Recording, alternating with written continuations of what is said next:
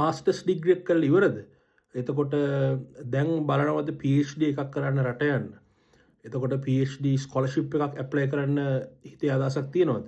ඉතින් ඒ වගේ අයිඩියා එකක් තියෙන කට්ටියට විශේෂයෙන්ම UK සහ යුරෝප් වල PhD ස්කෝලර්ෂිප්ස් ලේසියෙන් ස්කෝලර්ෂිප් ඔපචුනිටිස් ලේසියෙන් බලා ගන්න පුළුවන් වෙබ්සයිට් දෙකක් ගැන තමයි මම මේ කියන්න යන්නේ ඉතාමත්ම ඉක්මනින්. පළවෙනි වෙබ්සයිට් එක තමයි jobs.ac.uk. දෙවෙනි වෙබ්සයිට් එක academic positions. මම ටග් ගාලා මෙතනින් පෙන්නන්නම්. දැන් මේ තමයි මම හිතනවා ඔයගොල්ලන්ට මේක හොඳට පේනවයි කියලා. jobs.ac.uk කියලා ඔයගොල්ලෝ Google කරාට පස්සේ මෙතන තියෙනවා find PhDs. දැන් මේ වෙබ්සයිට් එකේ ඔයාගේ ඩිසිප්ලින් එක agriculture, food, එතනින් ගියාන් පස්සේ biological sciences, business and management studies මේ වගේ බොහොම පැහැදිලිව UK ඇතුලේ තියෙන PhD opportunities සියල්ලම පාහේ මේ වෙබ්සයිට් එකේ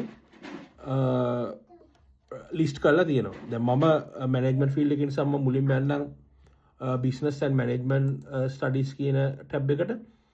දැන් මේක ඇතුළට ගියාට පස්සේ business and management studies PhD opportunities උත් වෙන වෙනම ඒක ඇතුළේ තියෙන sub disciplines වලට කඩලා තියෙනවා. උදාහරණයක් විදිහට accounting and finance, business studies, hospitality and leisure මේ විදිහට. The accounting and finance tab එකට ගිහිල්ලා බැලුවොත් මේ තියෙන්නේ PhD studentship, governance and accountability research, Kingston University PhD studentships, PhD program in accounting and finance මේ විදිහට ඉතාමත්ම විශාල PhD scholarship සංඛ්‍යාවක් මේ වෙබ්සයිට් එකෙන් හොයාගන්න පුළුවන්. UK වල තියෙන එක ලොකු ආසියක් තමයි මේ වෙබ්සයිට් එකේ තියෙන ලොකු ආසියක් තමයි UK වල තියෙන සියලුම PhD opportunities අපි බහුතරේ 90%කටත් වඩා වැඩියෙන් මේ වෙබ්සයිට් එකෙන් අපිට එකම තැනකින් හොයාගන්න පුළුවන් වීම. ඊළඟට තව UK වලට අමතරව වෙනත් යුනිවර්සිටිස් වලත් ඇතැම් opportunities jobs.ac.uk කියන වෙබ්සයිට් එකේ ලිස්ට් කරනවා. මීට අමතරව දෙවනියට තියෙන වෙබ්සයිට් එක තමයි academic positions. Google කරන නිකම්ම academic positions කියලා. ඊට පස්සේ එතනින් යන්න PhD positions කියන ටැබ් එකට.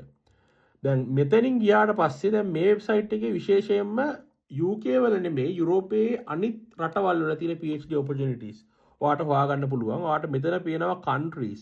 ඒ කියන්නේ according to the country ඒගොල්ලෝ වෙන PhD opportunities sort කරලා තියෙනවා.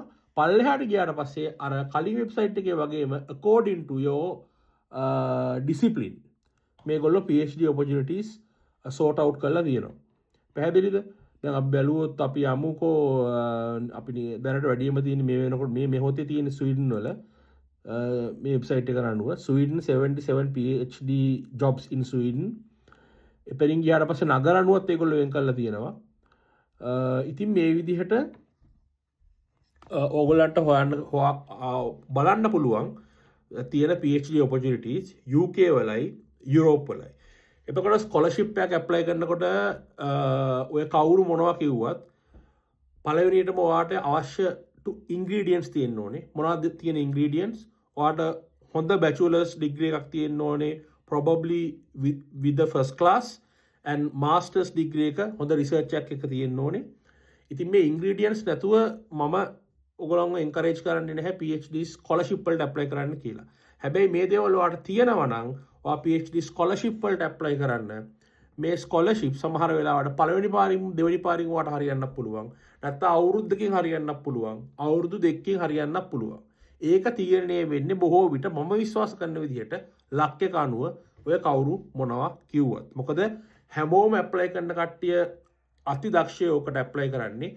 ඉතින් ඒ අතිදක්ෂයින්ගෙන් එක්කෙනෙක් හරි දෙන්නෙක් හරි කිහිප දෙනෙක් තෝරනකොට වාසනාව කියන දේ බලපානවා.